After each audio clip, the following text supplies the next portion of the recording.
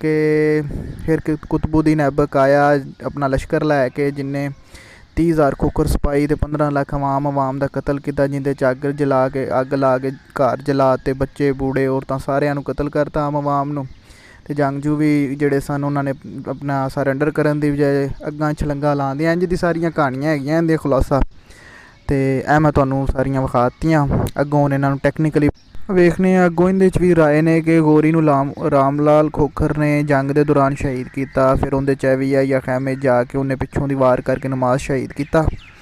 ਹੁਣ ਅਸੀਂ ਟੈਕਨੀਕਲੀ ਪਰਖਾਂਗੇ ਇਹ ਸਾਰੀ ਤਾਰੀਖ ਨੂੰ, ਇਹਦਾ ਜਾਇਜ਼ਾ ਲੈਂਦੇ ਹਾਂ। 30,000 ਖੋਖਰ ਸਿਪਾਹੀ ਅਤੇ ਜੰਗਜੂ ਦਾ ਵਜੂਦ ਜਿਹੜਾ ਮਿਸਾਲ ਦੇ ਤੌਰ 'ਤੇ ਤੁਰਕਾਂ ਦਾ 13ਵੀਂ ਸਦੀ ਦਾ ਸਾਰਿਆਂ ਨਾਲੋਂ ਵੱਡਾ ਕਾਈ ਕਬੀਲਾ ਸੀ ਅਤੇ ਇਹਦੇ ਸਿਪਾਹੀਆਂ ਦੀ ਤਾਦਾਦ 2 ਤੋਂ 3,000 ਸੀ ਅਤੇ ਖੋਖਰਾਂ ਦੀ ਤਾਦਾਦ ਜਿਹੜੀ ਉਹ 30,000 ਸੀ। ਰਾਮ ਲਾਲ ਖੋਖਰ ਦਾ ਵਜੂਦ ਹੀ ਨਹੀਂ ਹੈਗਾ ਤਾਰੀਖ ਦੇ ਵਿੱਚ। ਇਹ ਕਿਹਾ ਜਾਂਦਾ ਇੱਕ ਅਫਸਾਨਵੀ ਕਰੈਕਟਰ ਆ। ਅਤੇ ਇਹ ਸਾਰੀਆਂ ਕਹਾਣੀਆਂ ਅੱਗੋਂ ਇਹਨਾਂ ਨੂੰ ਹੋਰ ਤੁਹਾਨੂੰ ਵਿਖਾਉਂਦੇ ਹਾਂ ਟੈਕਨੀਕਲੀ ਐਨਾਲਿਸਿਸ ਕਰਕੇ। ਅਤੇ ਇਹ ਗੱਲ ਜਿਹੜੀ ਹਿਸਟਰੀ ਦੇ ਉੱਤੇ ਫਿੱਟ ਨਹੀਂ ਬਹਿੰਦੀ ਹੈਗੀ।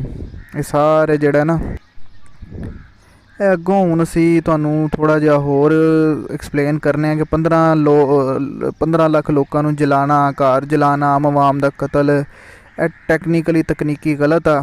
ਇਸਲਾਮ ਦੇ ਵਿੱਚ ਆਮ ਅਵਾਮ ਦਾ ਕਤਲ ਹਰਾਮ ਆ ਅਤੇ ਅੱਗ 'ਚ ਜਲਾਉਣਾ ਵੀ ਹਰਾਮ ਆ ਅਤੇ ਜੁਰਮ ਆ।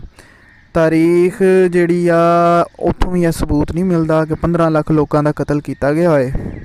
ਅੱਗੋਂ ਹੁਣ ਇਹੋ ਜਿਹੀਆਂ ਜਿਹੜੀਆਂ ਕਹਾਣੀਆਂ ਉਹ ਹਿੰਦੂ ਸਿੱਖ ਜਿਹੜੇ ਆ ਉਹ ਲਿਖ ਜਾਂਦੇ ਆ। ਅੱਗੋਂ ਮੁਸਲਮਾਨ ਜਿਹੜੇ ਮੌਰਖੀਨ ਆ ਉਹ ਵੀ ਤਸਦੀਕ ਕੀਤੇ ਬਗੈਰ ਲਿਖੀ ਜਾਂਦੇ ਆ। ਇਹ ਤਾਂ ਕਹਾਣੀਆਂ ਤਾਂ ਲਿਖੀਆਂ ਜਾਂਦੀਆਂ ਕਿ ਹਿੰਦੂਆਂ ਨੂੰ ਹੀਰੋ ਅਤੇ ਮਜ਼ਲੂਮ ਬਣਾਇਆ ਜਾਏ ਅਤੇ ਮੁਸਲਮਾਨਾਂ ਨੂੰ ਜ਼ਾਲਮ ਵਿਖਾਇਆ ਜਾਏ। ਅੱਗ ਜਲਾਉਣਾ, ਘਰ ਜਲਾਉਣਾ, ਸਾਰੀਆਂ ਕਹਾਣੀਆਂ ਇਹਨਾਂ ਦੀਆਂ ਨਾ ਹਰ ਕਿਸੇ ਦੀਆਂ ਮਿਲਦੀਆਂ ਜੁਲਦੀਆਂ ਹੁੰਦੀਆਂ। ਜਿਵੇਂ ਮਿਸਾਲ ਦੇ ਤੌਰ 'ਤੇ ਅਲਾਉਦੀਨ ਖਿਲਜੀ 'ਤੇ ਇਹਨਾਂ ਨੇ ਮੂਵੀ ਬਣਾਈ। ਇਹ ਸਾਰਾ ਕੁਛ ਇੱਕੋ ਹੀ ਵਰਗੇ ਰਾਈਟਰ ਜਿਹੜੇ ਆ ਹਿੰਦੂਆਂ ਦੇ ਉਹ ਲਿਖਦੇ ਆ ਇਹੋ ਜਿਹੀਆਂ ਕਹਾਣੀਆਂ।